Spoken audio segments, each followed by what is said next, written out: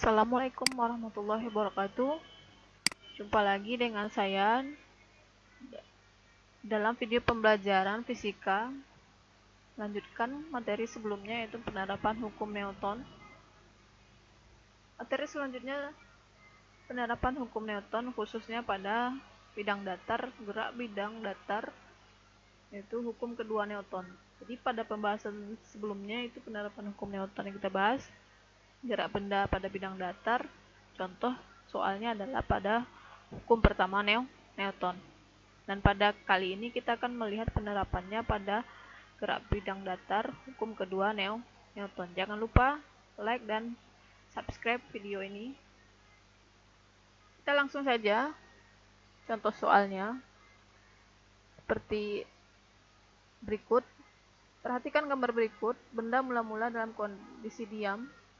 Benda bermassa 10 kg berada di atas lantai kasar. Ditarik dengan gaya F 25 Newton ke kanan. Jika koefisien gesekan statis antara benda dan lantai adalah 0,2 dengan koefisien gesekan kinetis 0,1, tentukan besarnya. Sini ada 4 pertanyaan. Yang pertama gaya normal, kedua gaya gesek antar benda dan lantai, kemudian yang C percepatan gerak benda, yang terakhir yang D adalah berapakah jarak tempuh benda setelah 2 sekon. Jadi kalau pertanyaan seperti ini, ada yang ditanyakan percepatan dan jarak tempuh setelah 2 sekon, berarti ini penerapan hukum kedua Newton, berarti dia sudah punya percepatan. Ya, kata kunci, ingat kata kunci hukum kedua Newton. Baik, kita lihat bagaimana cara menentukan pembahasan soal ini. Ya, pembahasannya berarti gaya itu kita uraikan dulu. Seperti ini. Dia punya gaya berat W ke bawah, gaya normal tegak lurus ke atas, gaya tariknya tadi di sini 25 Newton ke kanan, berarti gaya geseknya ke kiri. Ya, yang pertama, berapakah gaya normalnya? Ya, jadi searah sumbu Y, gaya normal itu dia tidak bergerak. Berarti hukum yang berlaku adalah hukum pertama Newton, sigma F-nya sama dengan 0. Di sini ada N ke atas arah dan W-nya ke bawah. Berarti N dan W berlawanan arah. Berarti kita kurang N dikurang W sama dengan 0. N dikurang massa dikali gravitasi sama dengan 0. Massanya 10, G-nya 10, berarti N dikurang 100 sama dengan 0, sehingga N-nya menjadi 100 Newton. Pertanyaan yang kedua, berapakah gesek antar benda dengan lantai? Ya, kita lihat berapa gaya gesek statis maksimumnya terlebih dahulu. Ya, gaya gesek statis maksimum itu mu s dikali N. Ya, kita masukkan hitungannya 0,2 dikali 100, berarti diperoleh 20 Newton. Ternyata gaya gesek statis maksimum ini masih lebih kecil dari gaya tarik. Gaya tarik di sini tadi adalah 25 Newton. Berarti 20 ini lebih kecil daripada gaya F 25. Sehingga menyebabkan bendanya bergerak.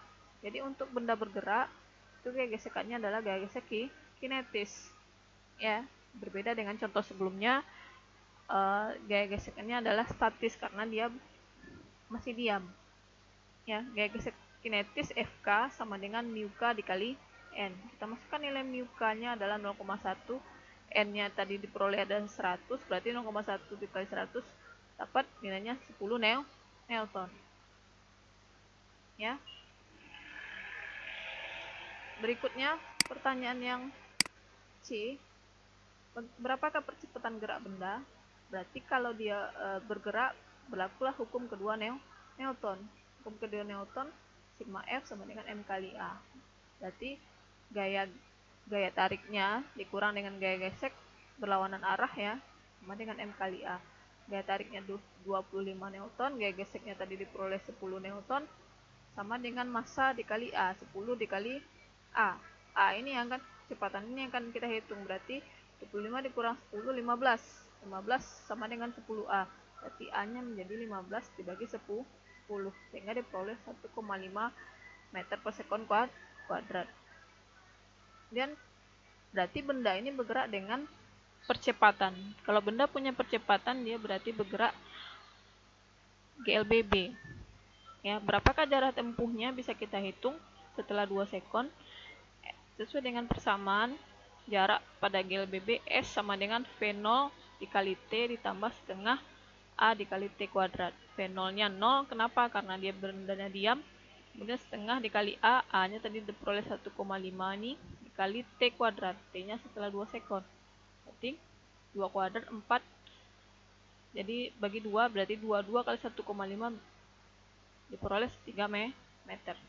Jadi inilah jarak tempuh yang benda setelah 2 sekon.